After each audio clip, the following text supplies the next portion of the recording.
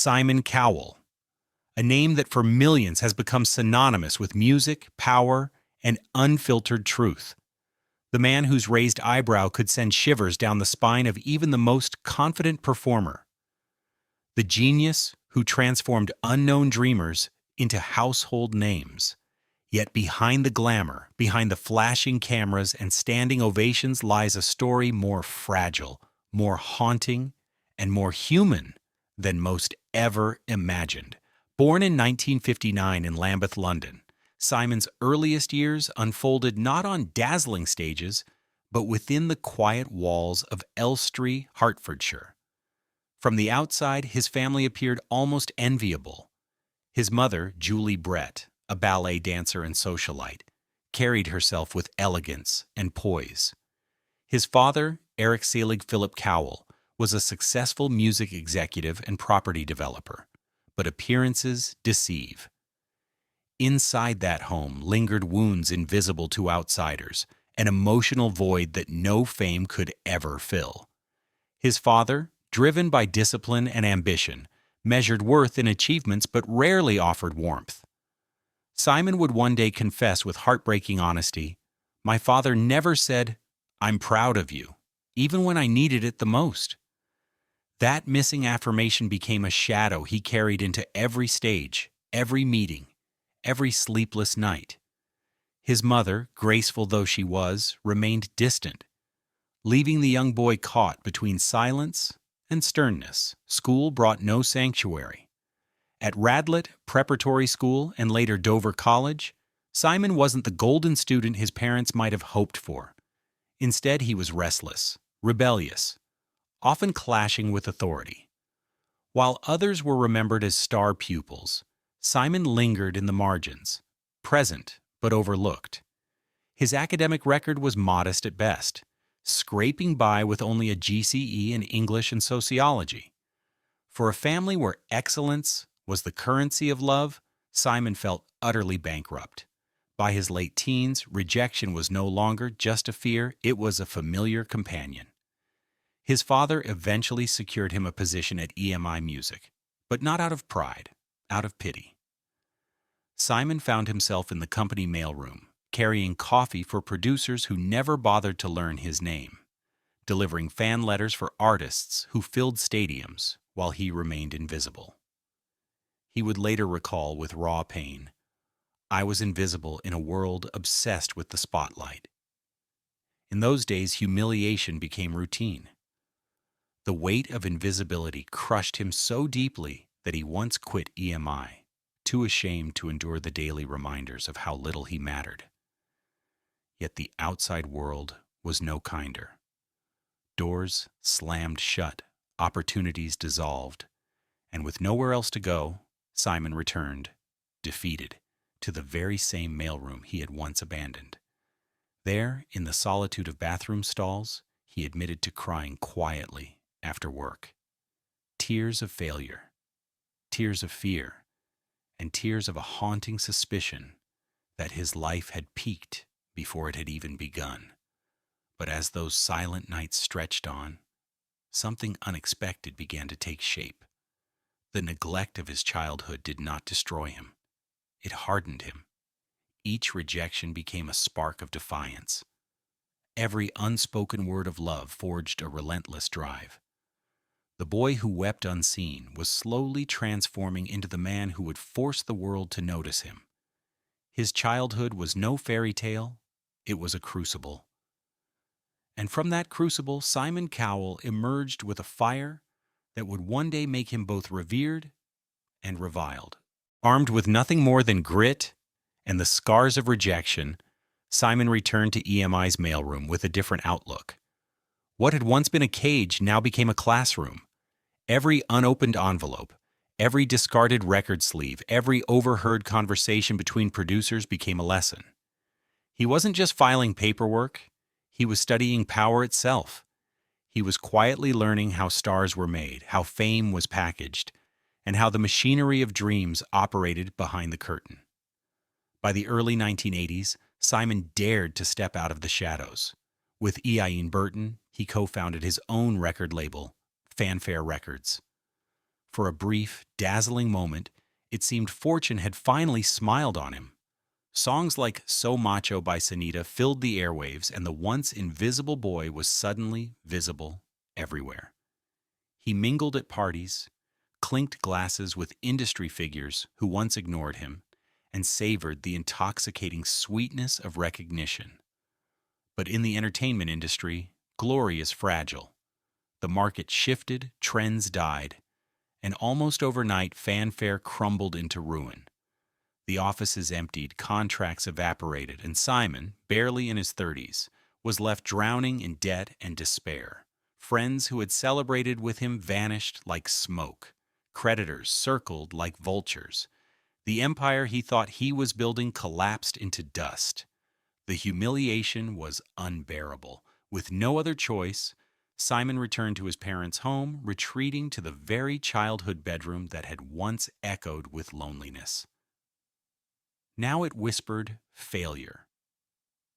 To the outside world, it was just another failed business. But to Simon, it was a personal devastation, as though the little boy who once longed for affection had now grown into a man stripped of dignity. Years later, he would admit, "That time nearly broke me." He described himself as a ghost, haunting his own life, alive, but invisible once more. The music industry, he learned, was merciless.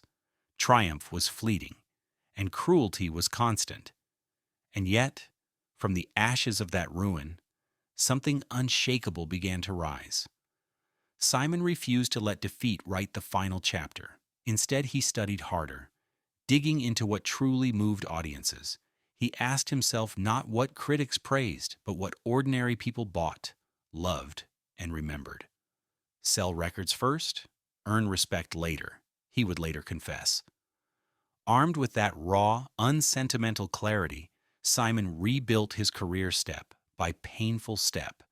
He began signing acts that others dismissed, boy bands like Westlife, duos like Robson and Jerome. Purists sneered, journalists scoffed, but the records sold by the millions. Each hit carried a bitter sweetness, success laced with the sting of being dismissed as cheap. But Simon had discovered the truth. Fame was never about perfection. It was about connection. And that revelation, born from the wreckage of failure, became his compass. By the late 1990s, Simon Cowell had clawed his way back into the music industry.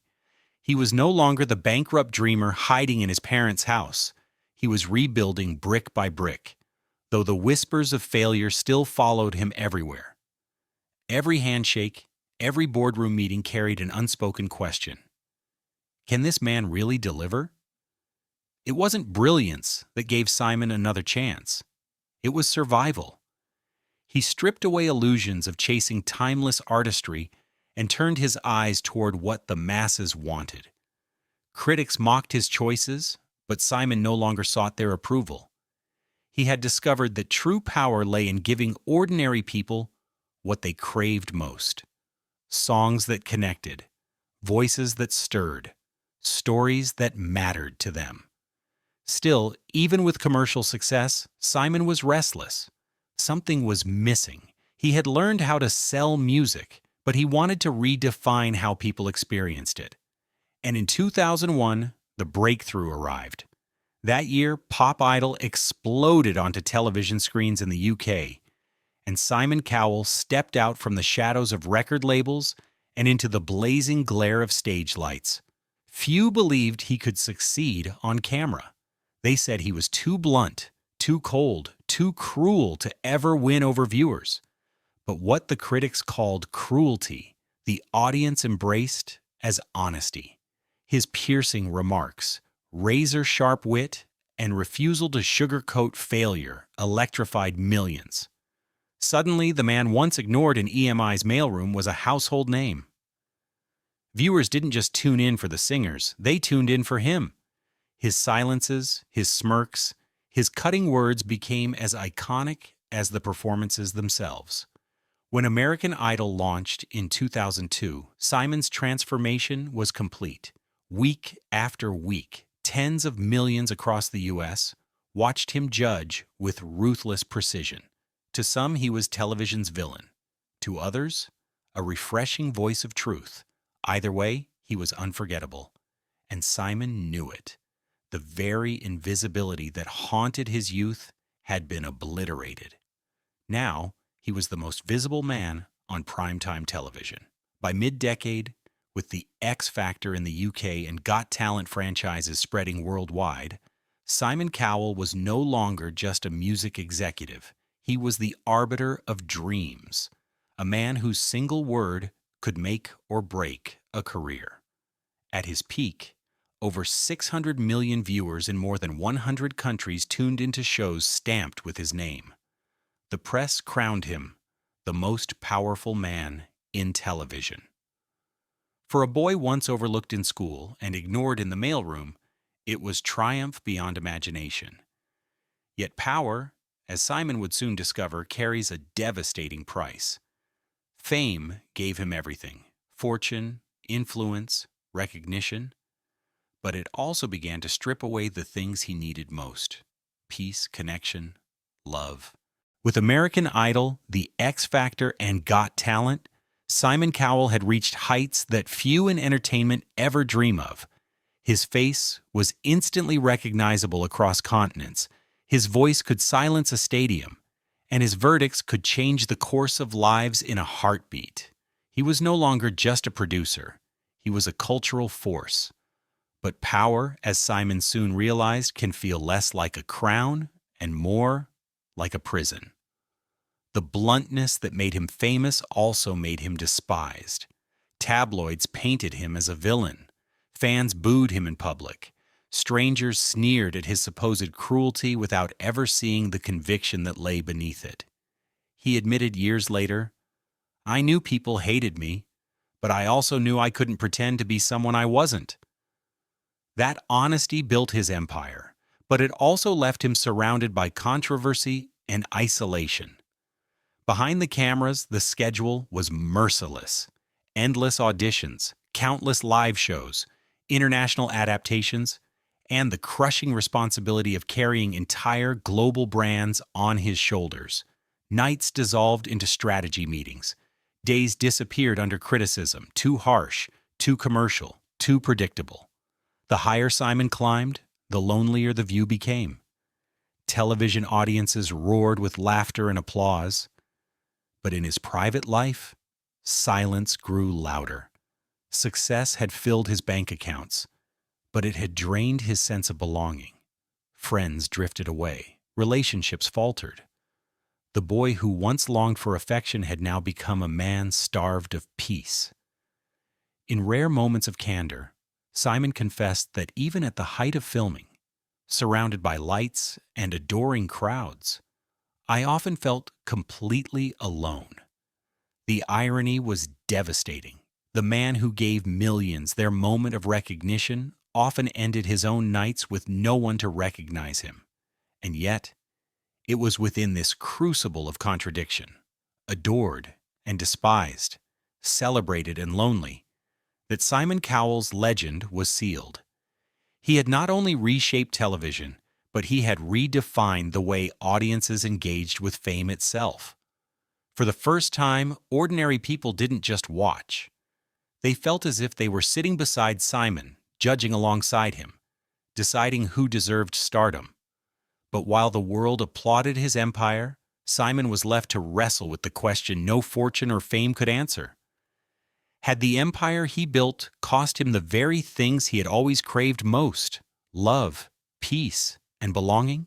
In 2013, just as Simon Cowell seemed untouchable at the peak of his power, his carefully crafted world imploded.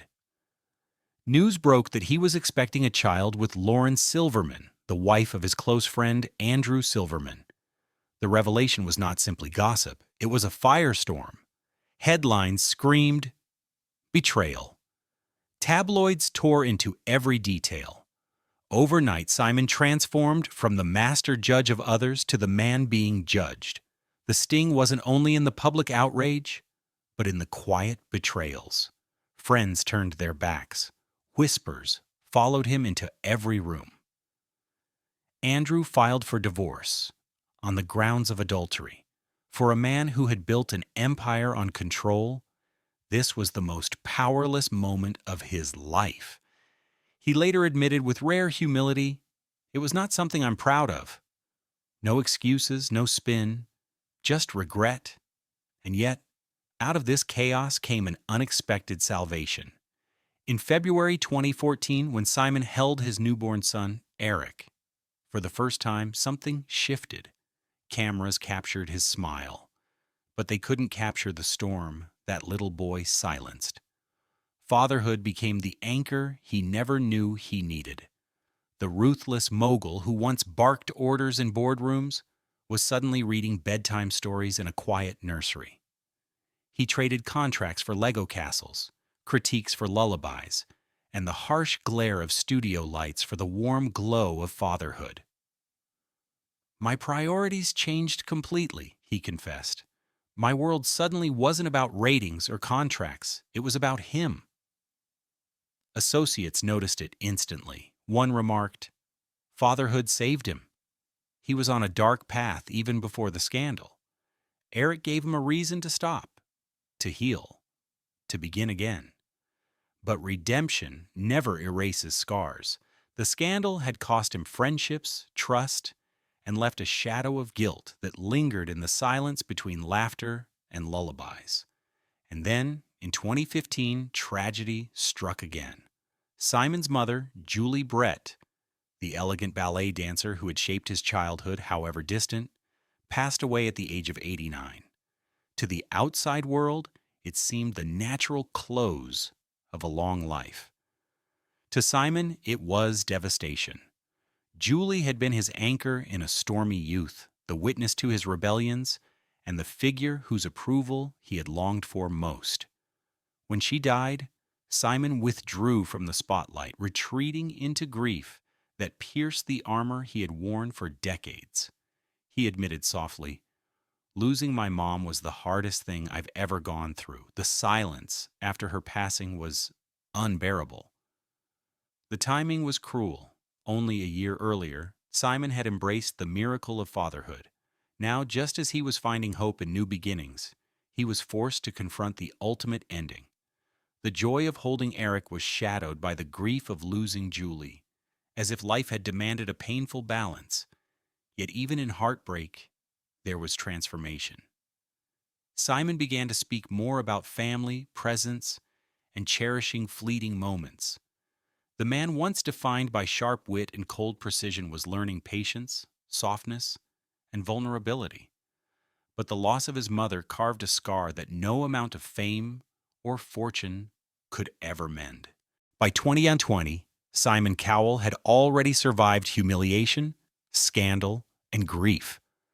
But nothing could prepare him for the brutality of fate that struck one quiet afternoon in Malibu.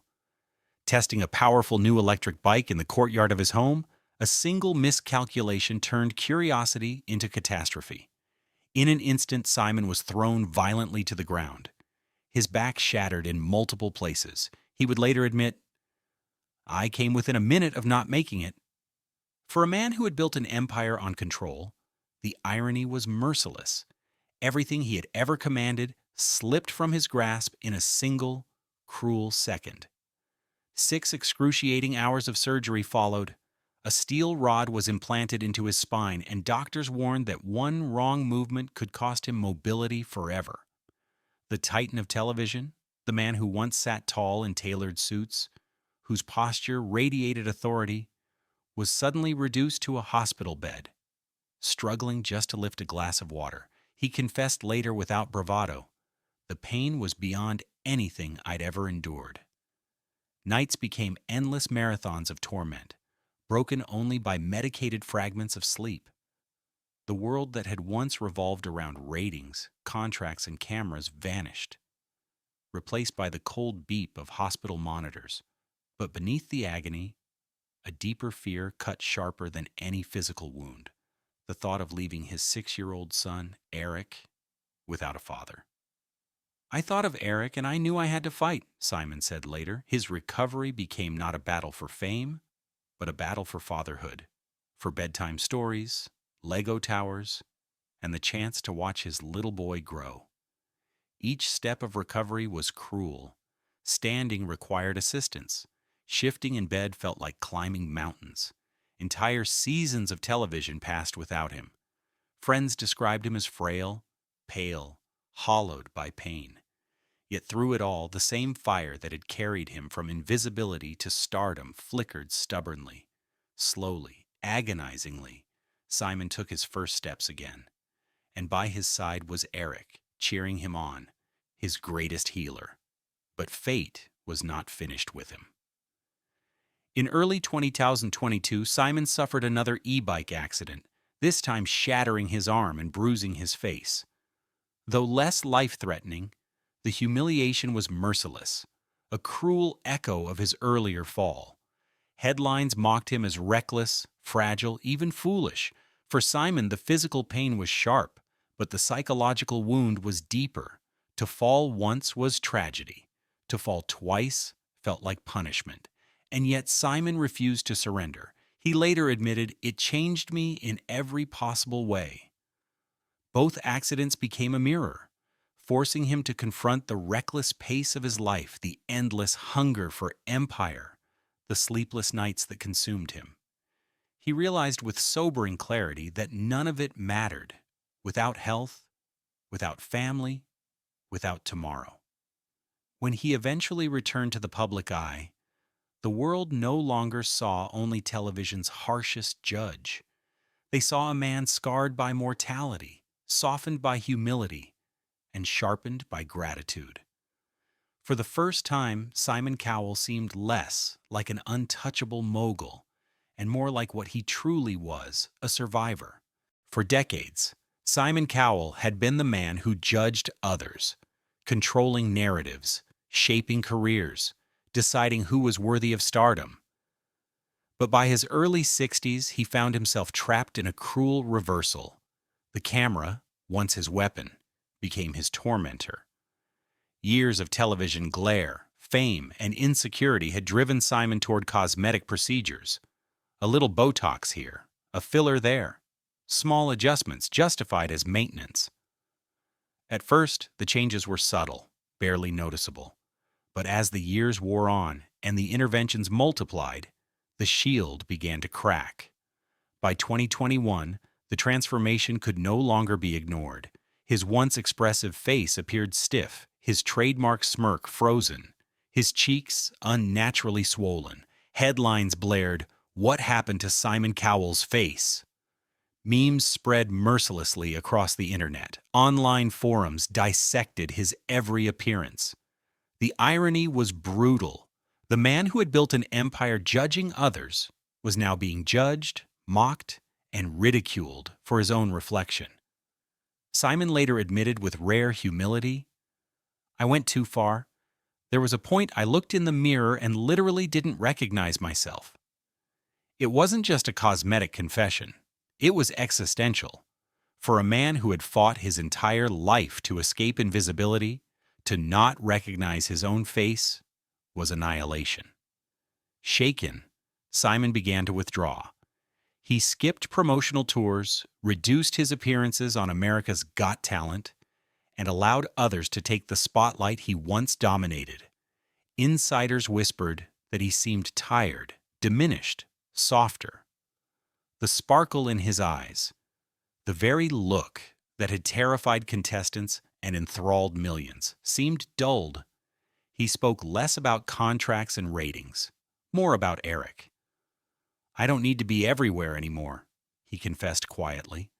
"I just want to be there when Eric laughs." And still, the scrutiny didn't stop. Paparazzi hounded him on Malibu walks. Tabloids speculated about more procedures even when there were none.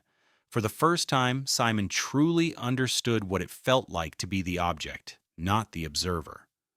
The power dynamic had inverted. The judge had become the judged. But from that humiliation came clarity. Simon chose to stop. He abandoned cosmetic treatments altogether, deciding to let nature reclaim what needles had altered. "Enough," he declared. "Let it age. Let it show."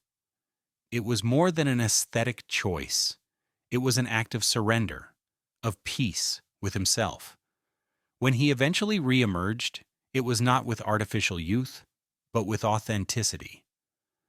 Fans who had once mocked him began to see something different: humanity. The once invincible mogul was now fragile, flawed, and real. Each wrinkle, each gray hair became less a flaw and more a badge of survival. Perhaps in revealing his vulnerability, Simon Cowell had found a new kind of strength, one not built on fear or control, but on acceptance. By the autumn of his life, Simon Cowell thought he had endured every kind of scar: humiliation, scandal, accidents, even the grief of burying both parents. But nothing could prepare him for the news that shattered him in 2024. Liam Payne, the boy Simon first encountered as a nervous 16-year-old on The X Factor, the voice filled with promise whom Simon had placed into One Direction, was gone. Not after decades of stages and sunsets, but violently, suddenly, at just 31 years old. A fall from a hotel balcony in Buenos Aires ended a life that had barely begun. For millions of fans, the headlines were shocking. For Simon, they were devastating. This wasn't just another contestant. This wasn't just another career. Liam was family. The young man whose journey Simon had carefully nurtured, whose laughter he remembered from grainy audition tapes, whose determination had helped spark one of the most successful bands in history. Simon would later whisper to a close friend, "It was like losing a son." Simon knew loss. He had buried his father in 1999. He had wept for his mother in 2015. He had survived his own near-fatal accident in 2020. But this was different. Those goodbyes, however searing, had followed the natural rhythm of life. Liam's death was unnatural, merciless, too young, too soon, too cruel. The world mourned in chorus. Candlelight vigils glowed across cities. Social media flooded with lyrics, photos, and broken words. But Simon's mourning was solitary. Projects halted. Cameras switched off. The man who once commanded global prime time chose silence. Friends noticed how tightly he clung to his son, Eric, as if every bedtime story, every laugh, carried the weight of something sacred. It was as if he was trying to give Eric every moment Liam would never get to give, one friend recalled. In private, Simon returned to the beginning. He replayed Liam's early auditions, those nervous smiles and sparks of hope. What had once felt like nostalgia now became ritual mourning. Each song a ghost, each laugh a wound. For a man who had built careers and shaped culture, the helplessness was unbearable. He could design empires. He could create stars, but he could not rewrite this ending. And in that powerlessness, something shifted. Simon began to speak differently, no longer about ratings or empires, but about legacy, family, and presence. The sharpness of his voice softened, weighted now with the awareness of how fragile life truly is. Liam's death didn't just grieve him, it scarred him. It became the mirror he could not avoid, forcing him to see that even the brightest lights can be extinguished without warning. One Direction had symbolized youth, hope, unity. With Liam gone, a piece of that symbol shattered forever. And yet, in the emptiness, Simon clung harder to what remained, to Eric, to silence, to the fragile, irreplaceable fact of being alive. In 2025, Simon Cowell stands not as the ruthless titan who once ruled Saturday night television, but as a man reshaped by scars, survival, and reflection.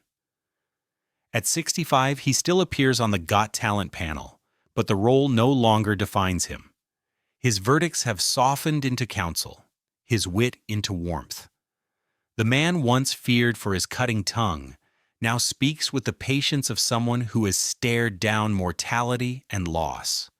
Every smile carries the shadow of pain endured, every word the echo of nights spent in loneliness or torment. At home, his life tells an even clearer story. His $55 million Beverly Hills mansion, once a trophy of triumph, has become a sanctuary where health takes priority. Mornings begin with slow, deliberate Pilates routines prescribed by therapists to protect the spine that fractured in 2020 and still aches each dawn. Meals are no longer indulgent feasts, but carefully planned for survival. Low sodium to manage hypertension, high fiber to protect against diabetes, antioxidants to fight fatigue. Every bite feels like choosing between healing or hurting, Simon once admitted to a friend. But his greatest fear is not his back, it is his eyes. Decades of stage lights and lingering trauma have dimmed his vision. Reading glasses are constant. Dim light makes him squint. For the man who built empires by spotting brilliance in others, the thought of not clearly seeing his son Eric's face terrifies him more than any headline ever could. These physical battles spill into the quiet of his mind. Sleepless nights return often, pain pulsing like an old enemy. Anxiety lingers too, the fear of falling again, the dread of becoming dependent. And yet, every evening, these shadows fade when Eric is near. Bike rides along Malibu's coast, fumbling piano keys, bedtime stories read slowly but lovingly. These simple moments have become Simon's strongest medicine. Meanwhile, his empire still hums. Franchises like Got Talent and The X Factor continue to generate millions, sustaining a fortune estimated at over $600 million. His properties stretch across Malibu, London, and New York. A fleet of supercars and a private jet wait idly in garages and hangars. Yet Simon speaks of these riches with detachment, almost disdain. He has already written his will. Eric will not inherit billions. Instead, the wealth will fund children's health care, creative education, and scholarships for disadvantaged youth. I don't want Eric to inherit money, he explained. I want him to inherit values. Even his appearance tells a story of surrender. Gone are the Botox and fillers that once drew ridicule.